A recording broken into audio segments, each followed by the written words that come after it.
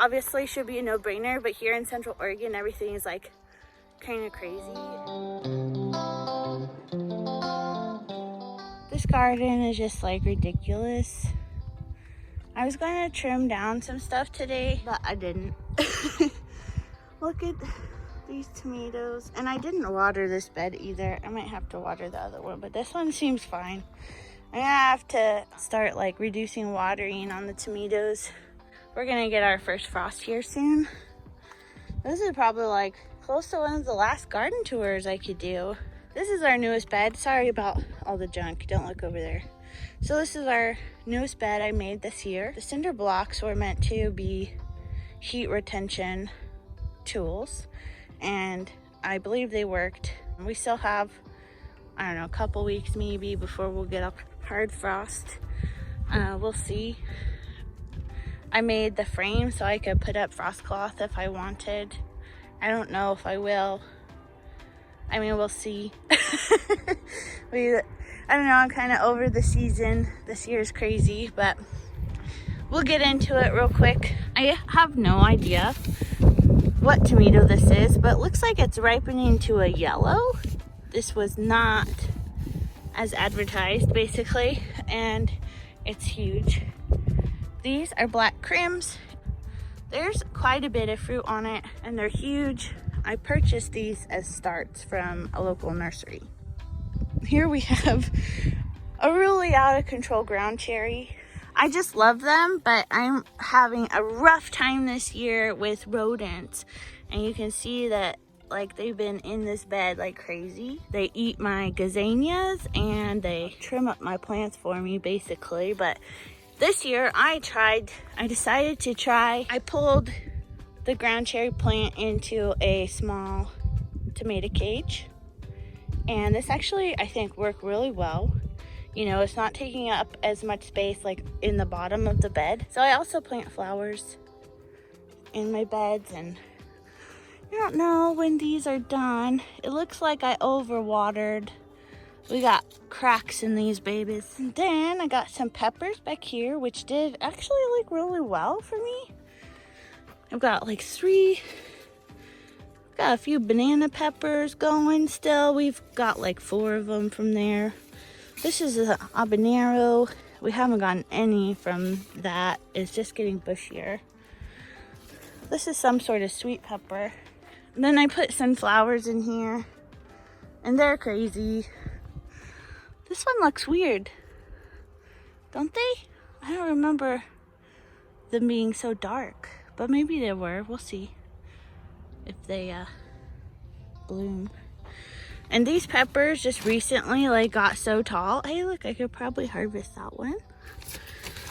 That was one of the first ones that came in, and it's supposed to be a sweet pepper. Oh, I can't even pull it off.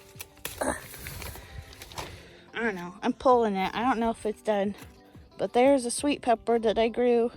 I bought the peppers as starts this year.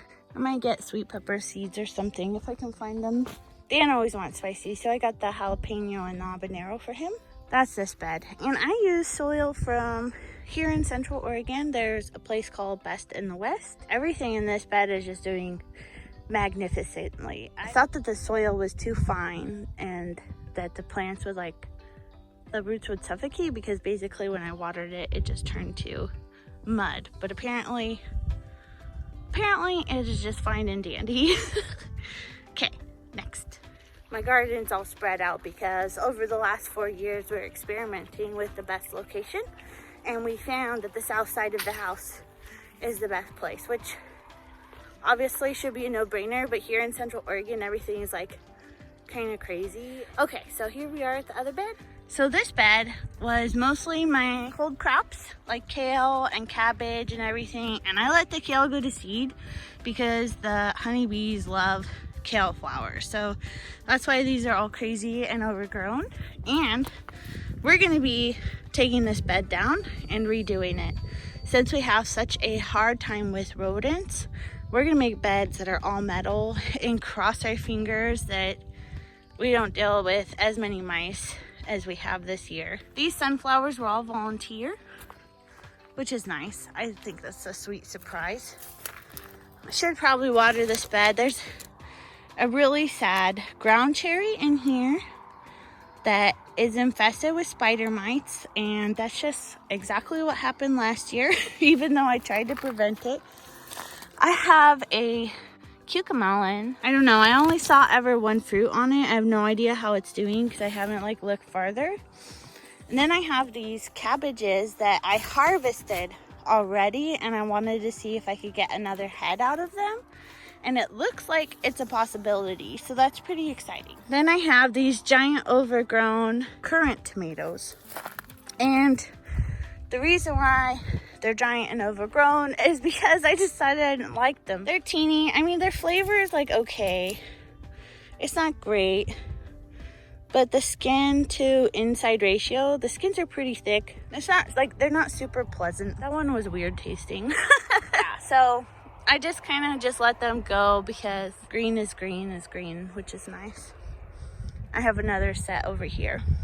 Well, actually, that's just one plant here and one plant here. I like my sunflowers. I'm very happy with the sunflowers in there. I'm gonna save some seeds. I've got some organza bags on some of the heads. I don't know if it worked right. Maybe I have to wait longer to put on. I don't know. I put on the organza bag when the heads like look like that because I figured the bees had their way with them by that point. I've got 3 more beds to do. We'll see if I can get it done before it's too dark.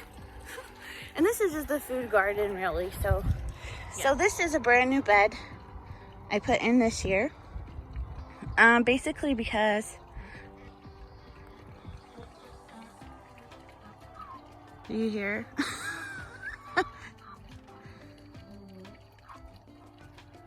I can never get them on video when they're doing that braying. Okay, so I wanted a ornamental flower garden here, but then I had like 14 extra tomato plants, so it was good I had this extra space. And I tried out this trellising system this year and it actually worked pretty good. I think this was a watering day for this too, but I'm withholding water a little bit.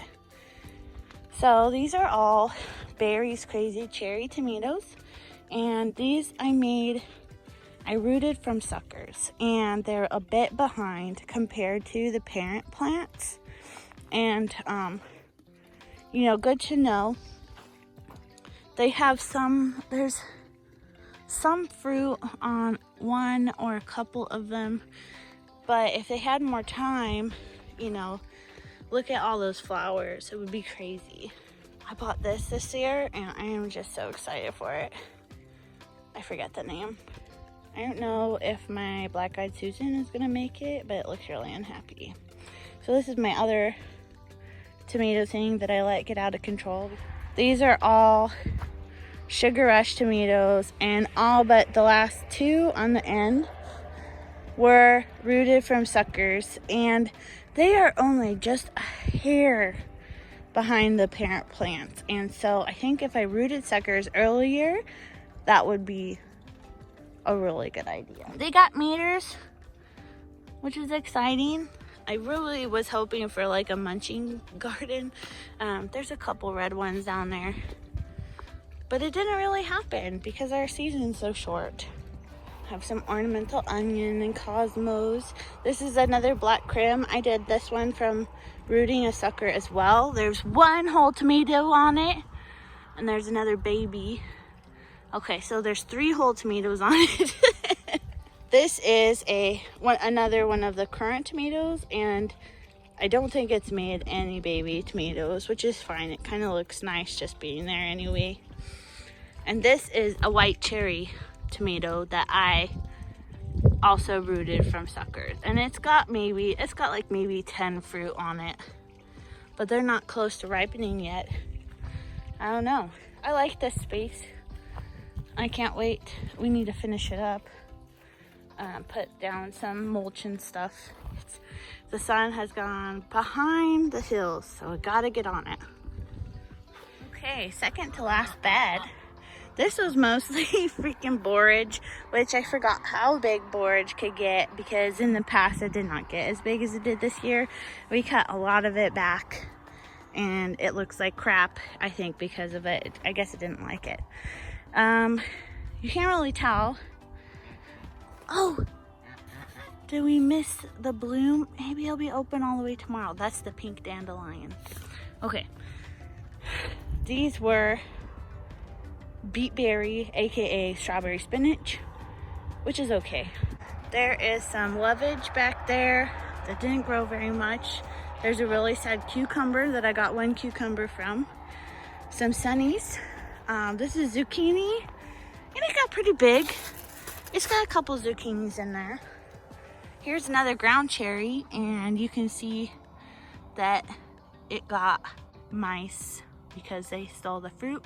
This is the 2 parent Sugar Rush tomatoes. And Sugar Rush tomatoes are hybrid, but they are so delicious that, like, I don't like tomatoes that much, but I do like cherry type tomatoes. And these are so good. I recommend them if you can find them.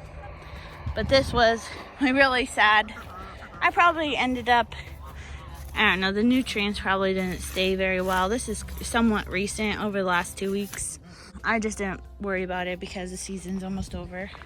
That's why my borage looks like poop, probably. Okay, one more. This is my second favorite bed. Sorry, we're getting a little dark here.